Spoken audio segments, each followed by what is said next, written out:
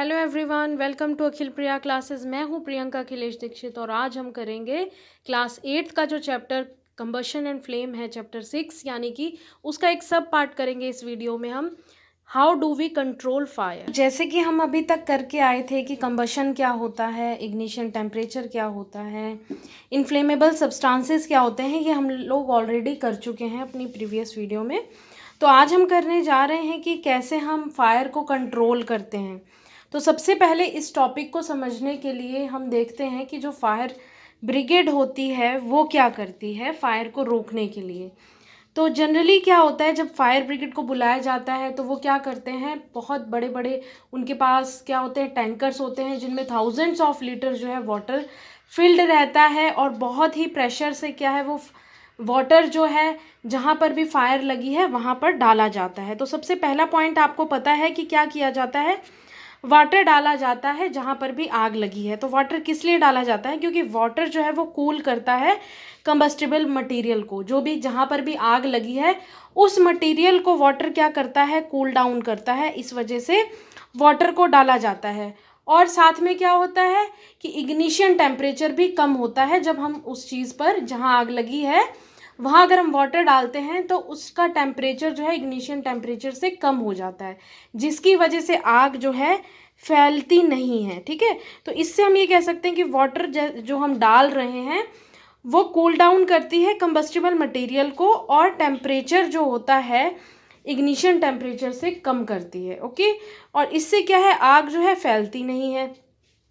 अब हम जो वाटर डाल रहे हैं कंबस्टिबल मटेरियल में जो ऑलरेडी बहुत ज़्यादा जल रहा है, तो क्या होगा, वो वाटर नहीं जाएगा, वो वाटर वेपर बनाएगा।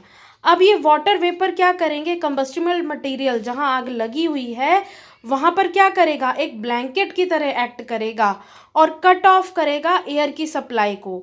एक काम तो ये क्या कर रहा है कि वाटर जो है टेम्परेचर को डाउन कर रहा है, यानी कि इग्निशन टेम्परेचर को कम करता जा रहा है। तो वो इग्निशन टेम्परेचर से टेम्परेचर जो है लो हो जाएगा, तो जो हमारी फायर है वो ऑटोमेटिकली बुझने लगेगी। और दूसरा क्या करता है, ये ब्लैंकेट की तरह वाटर वेपर एक्ट करते हैं, जिससे क्या है एयर की सप्लाई रुक जाती है और हमें क्या हो जाता है, हमें मिल जाता है कि जो फायर लगी हुई है वो एक्सटिंग्विश हो जाती है। तो हम लोगों ने पढ़ा था कि जो नेसेसरी कंडीशन है कंबशन के लिए वो क्या है कि हमारा जो सब्सटेंस है वो कंबस्टिबल होना चाहिए, एयर जो है जिसमें क्या होना चाहिए, प्रेजेंट होना चाहिए ऑक्सीजन। और नंबर 3 हमने पढ़ा था कि जो टेम्परेचर होना चाहिए, अगर कोई टेम्परेचर उसके इग्निशन टेम्परेचर तक पहुंच गया तो जो सब्सटेंस कंबस्टिबल सब्सटेंस है वो ऑटोमेटिकली क्या है, जलने लगेगा। तो ये नेसेसरी कंडीशंस थी जिसके लिए हमें जो हमने पढ़ी थी कंबशन के लिए। अगर इन 3 नेसेसरी कंडीशंस में से हम किसी भी एक या 2 कंडीशंस को कट ऑफ कर देते हैं, रिमूव कर देते हैं, तो क्या होगा, हमारी जो फायर लगी हुई थी वो ऑटोमेटिकली एक्सटिंग्विश होने लगेगी, स्प्रेड होने से बच जाएगी और धीरे धीरे फ्लिकर ऑफ हो जाएगी। तो चलिए देखते हैं क्या होता है। आप लोगों ने देखा है जो फायर एक्सटिंग्विशर होते हैं वो जनरली क्या करते हैं, सप्लाई की जो एयर की सप्लाई है उसको रोकते हैं, ठीक है, वाटर डाल के, या फिर क्या करते हैं, टेम्परेचर जो फ्यूल का है उसको डिक्रीज करते हैं। अभी हमने जैसे पढ़ा कि ब्रिगेड वाले जो होते हैं, फायर ब्रिगेड वाले, वो क्या करते हैं, जनरली वाटर डालते हैं, जिससे क्या होता है इग्निशन टेम्परेचर जो है वो उससे क्या है टेम्परेचर बहुत कम हो जाता है, क्योंकि वाटर जो है वो कूल कर देगी। ठीक है, तो इग्निशन टेम्परेचर को अचीव नहीं कर पाएगी, फायर ऑटोमेटिकली जो है वो बुझने लगेगी। और जो फ्यूल होते हैं आपने देखा होगा जनरली सबसे ज़्यादा जो है उसमें हम क्या यूज़ करते हैं, वाटर। ठीक है, तो और ये भी चीज़ आप लोगों ने नोट की होगी कि जो फ्यूल होते हैं उन्हें हम नहीं हटाते। जैसे मान लीजिए किसी पर्सन पे आग लगी है, उसके कपड़ों पे आग लग गई, तो हम पर्सन को तो नहीं फेंक देते, हम उस पर उपाय करते हैं, अपने प्रिकॉशंस देखते हैं, प्रिवेंशन देखते हैं कि कैसे उसको बचाया जा सके। यानी कि हम 2 चीज़ें करेंगे, या तो ऑक्सीजन की सप्लाई को रोक देंगे या फिर जो उसका एनवायरनमेंट ऐसा बना देंगे कि टेम्परेचर कम हो जाए तो इग्निशन टेम्परेचर ऑटोमेटिकली अचीव नहीं हो पाएगा। तो हम ऐसा ही करते हैं, इसलिए हम फ्यूल को नहीं हटाते हैं। अब आप लोगों ने ये देखा होगा कि बहुत सारे जो फायर एक्सटिंग्विशर होते हैं वहाँ पर क्या है, हम लोग पानी यूज़ करते हैं। ठीक है, आप लोगों ने देखा होगा बड़ी बड़ी फैक्ट्रीज जहाँ पर आग लग जाती है तो वहाँ फायर एक्सटिंग्विशर वाटर की सप्लाई यानी कि वाटर टैंक वगैरह आते हैं और वाटर डाल के इग्निशन टेम्परेचर से नीचे टेम्परेचर जो है उसे बनाया जाता है, एयर की सप्लाई को कम किया जाता है, ठीक है। लेकिन हम वाटर वहीं डाल सकते हैं जहाँ पर आग जो है वुड के थ्रू लगी हो, यानी कि लकड़ी में लगी हो या पेपर के थ्रू लगी हो या कपड़ों में लगी हो। ऐसी जगह अगर आग लगी है तो हम वाटर की सप्लाई कर सकते हैं। पर कुछ कंडीशंस ऐसी भी होती हैं, कुछ जगह ऐसी भी होती है जहाँ अगर आग लगी है हम वाटर का यूज़ नहीं कर सकते हैं। तो चलिए देखते हैं कि कौन सी ऐसी जगह हैं जहाँ पर हम वाटर को नहीं यूज़ कर सकते ऐसा एक्सटिंग्विशर, और क्यों नहीं कर सकते। तो चलिए देखते हैं। सबसे पहले हमारे पास आता है water is not suitable for fires involving oil and petrol. आप लोगों ने देखा होगा कि ऑयल और पेट्रोल से भी आग लगती है, डीजल के थ्रू जो है आग लग जाती है, पेट्रोल के थ्रू आग लग जाती है। आपने कुकिंग के लिए बहुत देर फ्राई पैन में आपने ऑयल रखा और आप भूल गए तो वो क्या है, जलते जलते, बहुत रेयरली होता है, लेकिन अगर उस ऑयल को इग्निशन टेम्परेचर मिल जाता है तो वो भी जलने लगता है। तो आप लोग ऐसे कंडीशन में जहाँ पर क्या है ऑयल की वजह से या पेट्रोल की वजह से आग लगती है, वहाँ पर आप वाटर को नहीं यूज़ कर सकते।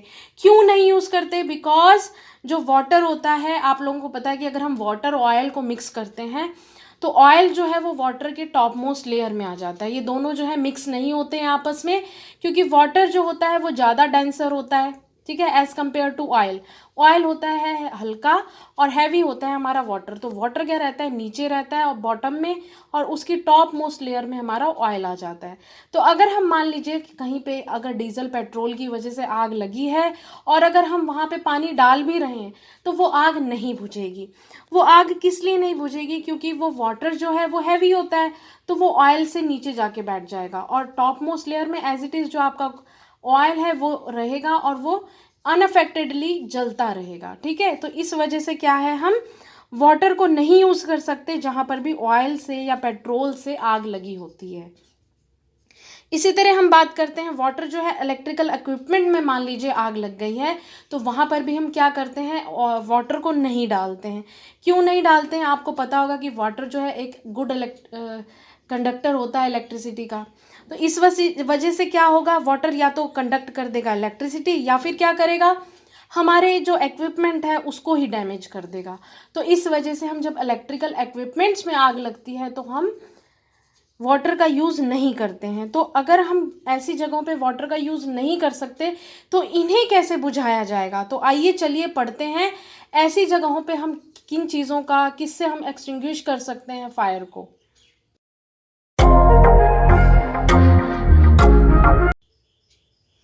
अब हम देखेंगे कि हमने ये देख लिया कि जो वाटर है वो जहाँ पर भी इनफ्लेमेबल मटेरियल्स होते हैं जैसे पेट्रोल डीजल है, तो वहाँ पर क्या है, हम वाटर का यूज़ नहीं कर सकते एज अ एक्सटिंग्विशर।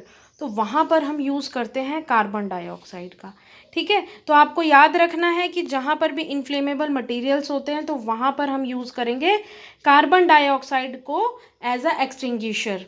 तो CO2 क्या करती है, CO2 जो होती है हमारी, यानी कार्बन डाइऑक्साइड जो होती है वो ऑक्सीजन से क्या होती है, हैवियर होती है। हैवियर होने की वजह से क्या करेगी, ये उसके ऊपर आ जाएगी, यानी कि ऑक्सीजन के ऊपर क्या करेगी, एक कवरिंग कर लेगी, ब्लैंकेट की तरह, ब्लैंकेट की तरह कवर कर लेगी। तो इसका मतलब है सबसे पहले वो क्या करेगी, ऑक्सीजन की सप्लाई को कट ऑफ कर देगी। ऑक्सीजन की सप्लाई जैसे ही कट ऑफ होगी तो ऑटोमेटिकली हमारा जो फायर है वो कंट्रोल हो जाएगा।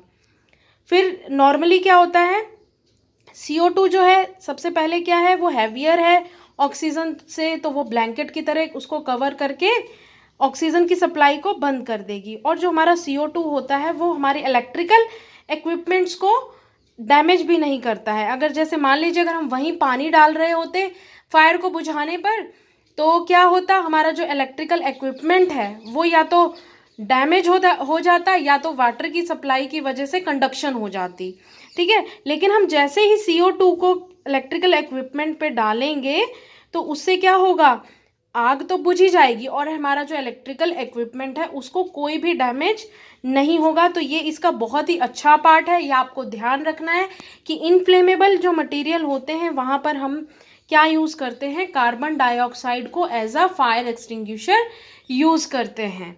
क्यों नहीं करते हैं वो हम पढ़ ही आए हैं। तो यहाँ पर हम बात करेंगे कि CO2 जो है ये एक्सीलेंट फायर एक्सटिंग्विशर क्यों है, जैसे कि हम लोग बात कर ही चुके हैं।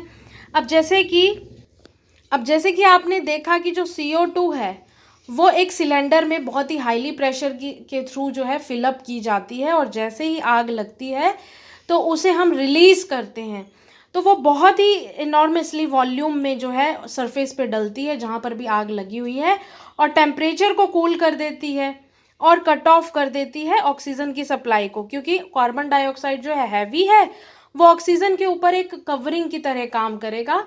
तो दोनों तरीके से, यानी कि टेम्परेचर को कूल कर देगी तो इग्निशन टेम्परेचर जो है वो अचीव नहीं होगा, और प्लस हमारा जो ब्लैंकेट की तरह वो काम कर रहा है, तो ऑक्सीजन की सप्लाई ना मिलने की वजह से जो हमारी फायर है वो ऑटोमेटिकली एक्सटिंग्विश हो जाएगी। इस तरह जो CO2 है वो दोनों काम कर रही है, इसलिए ये क्या है, एक बेस्ट, या ये हम कह सकते हैं एक्सीलेंट फायर एक्सटिंग्विशर है, क्योंकि ये इससे किसी भी चीज़ को डैमेज भी नहीं होता है।